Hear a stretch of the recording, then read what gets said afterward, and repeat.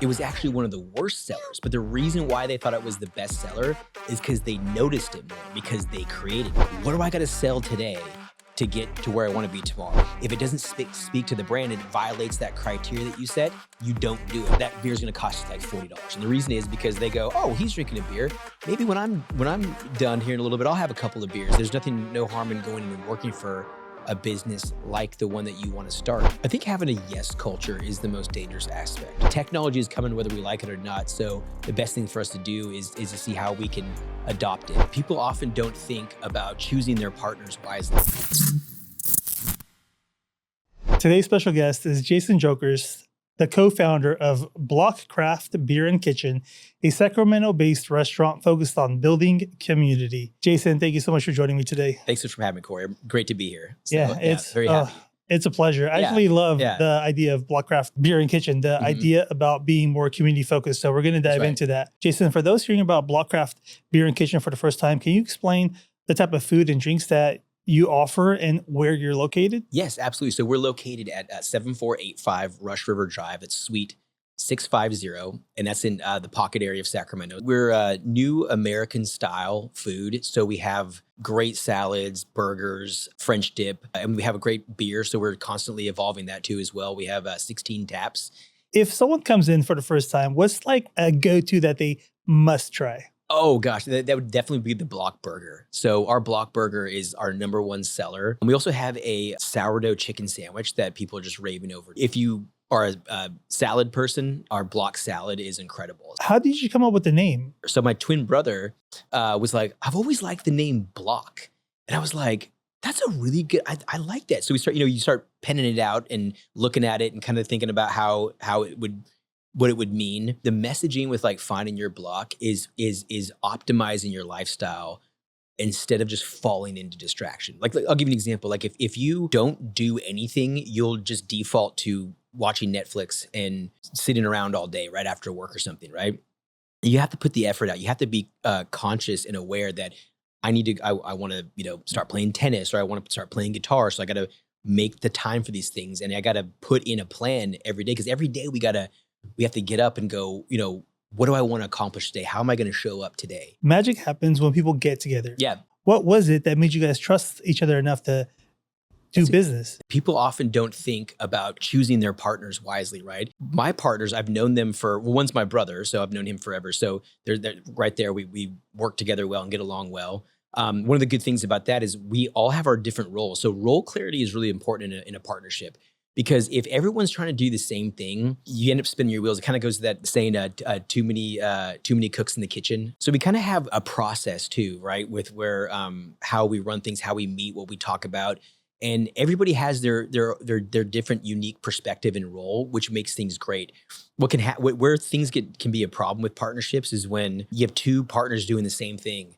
And one has one way of doing it, one has the other, and they don't communicate. What advice or recommendations would you give that entrepreneur that's in that situation where their creative differences are clashing? You know what I would do is that I would look at it scientifically, right? So when a scientist comes up with an idea or something, they call it get to failure first. They want to either make it work or they want it to fail so they can move on. It's as simple as like if you were making cookies and you could only sell one, take both of them down to the farmer's market, see how well they sell. Very simple. Put a bed sheet up on a table, start talking to your customers, see how they react to it.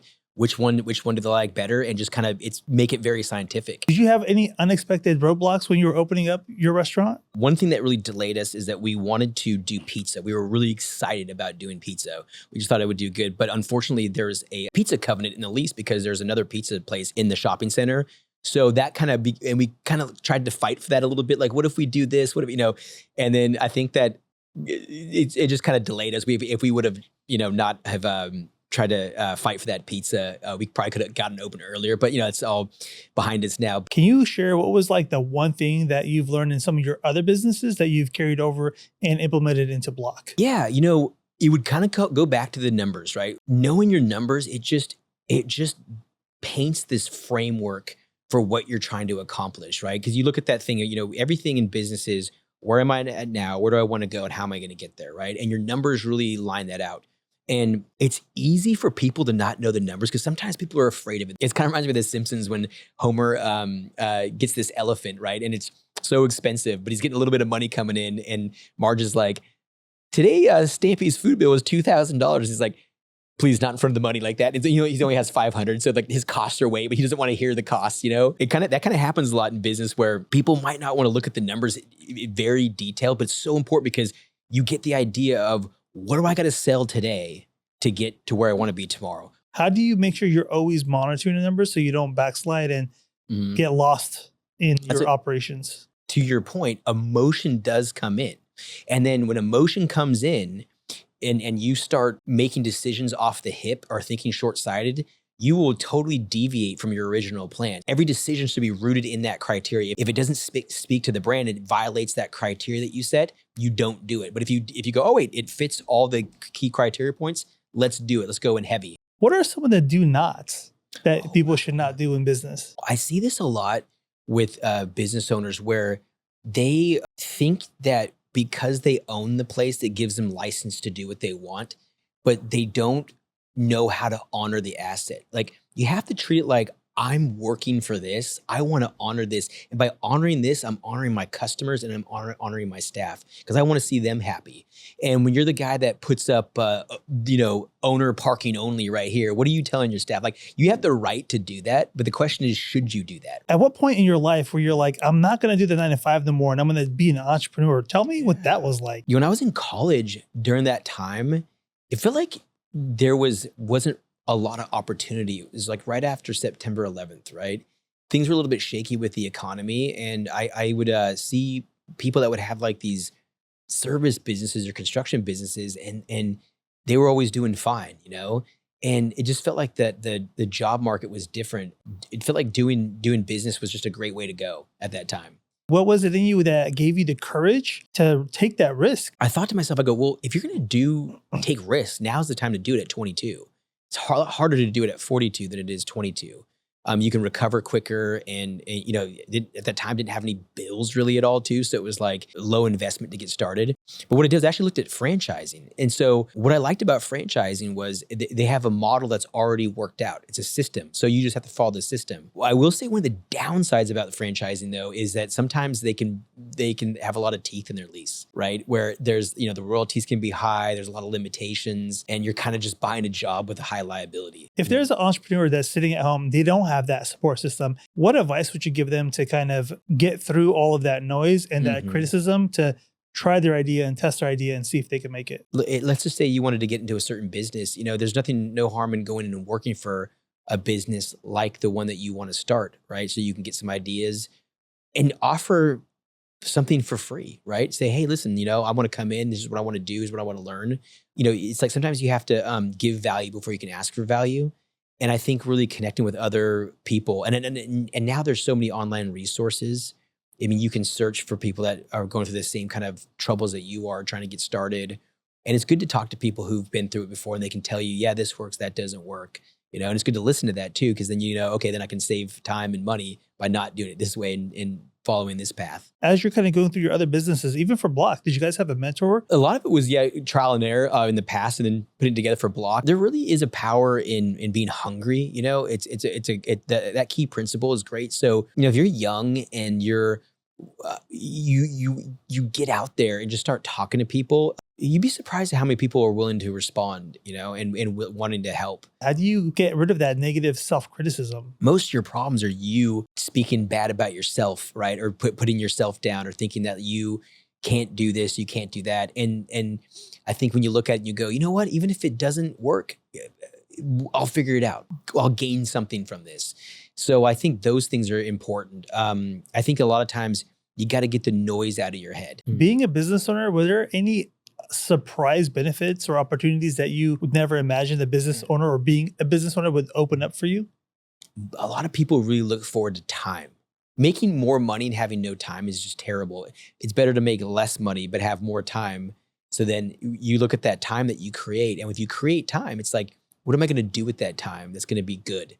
How am I going to leverage that time for personal growth or for family or things like that, which I think could be great too. What are the challenges that small businesses have?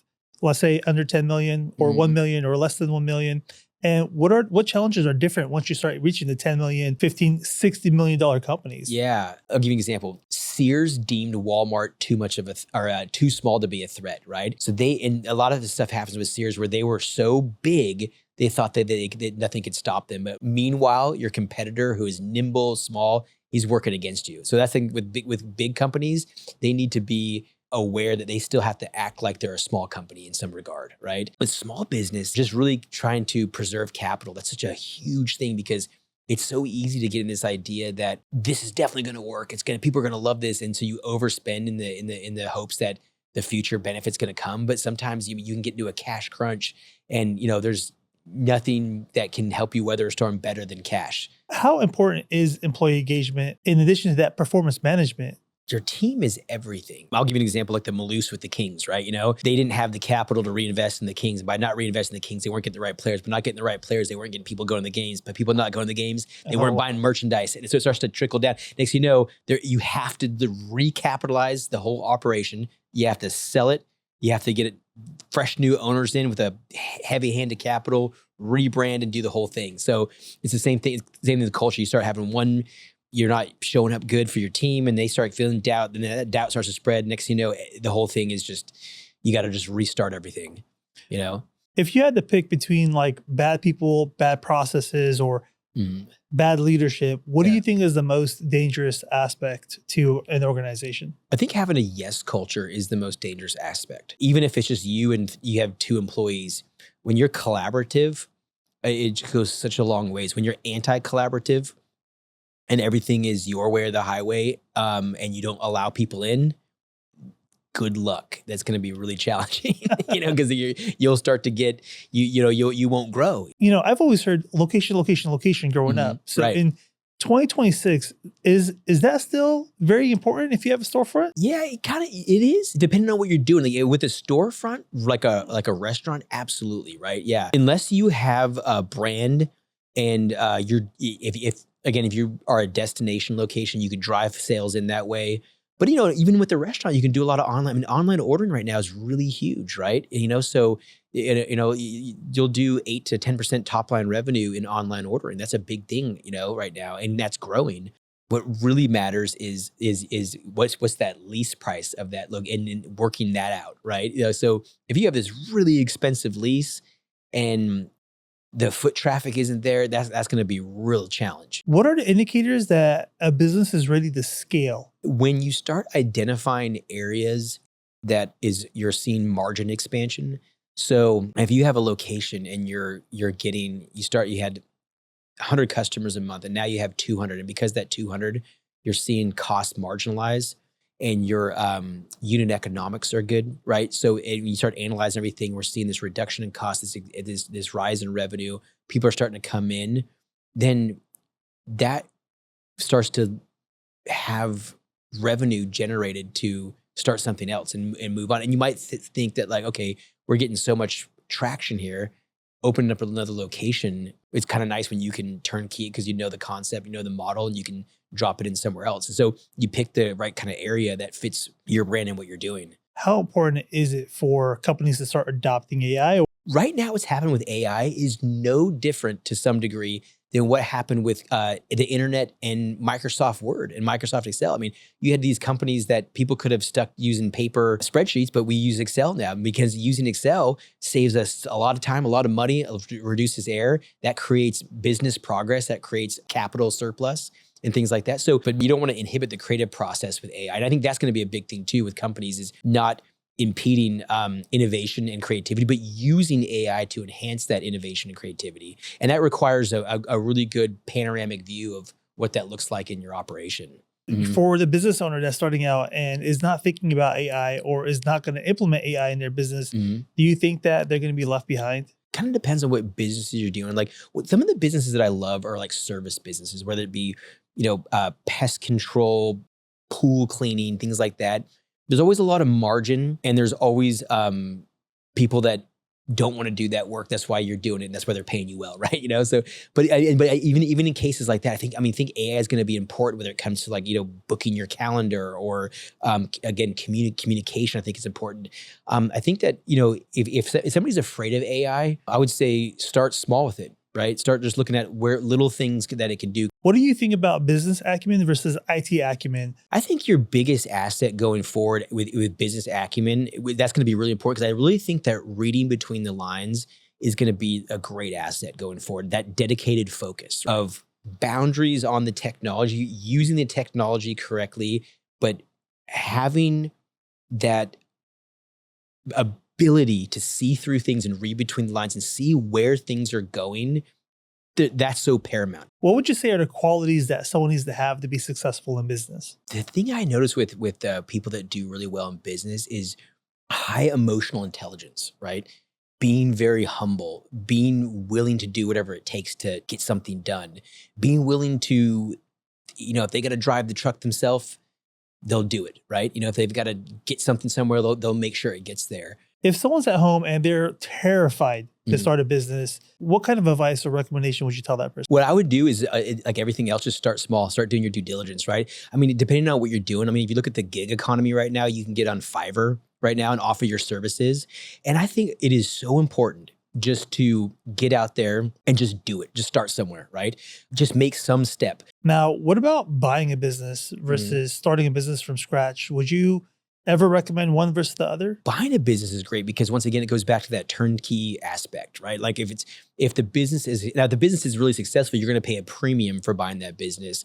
I always recommend too that you work with like an attorney or work with a professional to value the business, because you will see when you buy a business from somebody that they're really been doing it for a long time. There's a thing called the endowment effect, where their value, their idea of the valuation of the business is always going to be way more than what it really is, right? What's the roadmap for Block in the next 3 to 5 years? Where do you plan on taking it? We are going to, again, reinvest in the restaurant. So again, it's going to be very much accommodating for people to come in and hang out for long periods of time. Again, we're going to have music events and golf putting outside. There's going to be a chess set outside. There's going to be, these key amenities that make you want to stay, right? So that's going to be our thing. So, and then through that process, we're going to figure out what works and what doesn't, and really try to rehone a product offering, a concept that people love, that they can come into, and it's their community hangout. From everything that we talked about, for the listener, what's one thing that you hope they got out of today's conversation? I hope, yeah, that's a great question. I hope that they felt like there was some hope if they're looking to start a business. And even if it's not even if it's just getting into a hobby, just that framework of starting off small, you don't have to be overwhelmed. You can just, if you've never played guitar, just pick it up and start plucking a string, right? Just start somewhere. Yeah. Well, they heard it from the expert himself. Yeah, thanks, Corey. Appreciate it. Yeah. Jason, for someone who wants to get in touch with you or maybe ask you some more questions or pick your brain, where can people follow you on your social media accounts, and how can they get in touch? Yeah, that'd be great. So I use my primary social media I use is X or Twitter. I still call it Twitter, but it's at J Jokerst. So it's just my last name Jokerst, but with a J in front. So J Jokerst is my Twitter. I think that's Facebook, Jason Jokerst, and then through Block, Block Craft Beer and Kitchen. So if they find that on social media, I'm always on those accounts, so you can get in touch with me that way too as well. Awesome. Yeah. We'll make sure we put the lower thirds on the screen. And for the audio listeners, just drill into the actual description. We'll have link backs to all of the content, to your socials, as well as the Blockcraft Beer and Kitchen, the socials for that as well. So Jason, I really appreciate you coming on and sharing your story and giving us some of your business insights and some of your advice and tips and encouragement on just business in general. It's been really fun. Yeah, I appreciate that, Corey. Thanks for having me on. It was really great. Like I said, it was first podcast. It was exciting. This was really cool. So I really appreciate you having me on. To the viewers, I think what stands out the most in today's conversation is that business is not just about sales marketing. It's also about relationships and creating something that genuinely impacts the people and the community around you. So thank you again, Jason, and thank you for watching the Key Concepts podcast. Awesome. We'll catch you guys on the next one. Very good. Thanks so much, Corey. Appreciate it.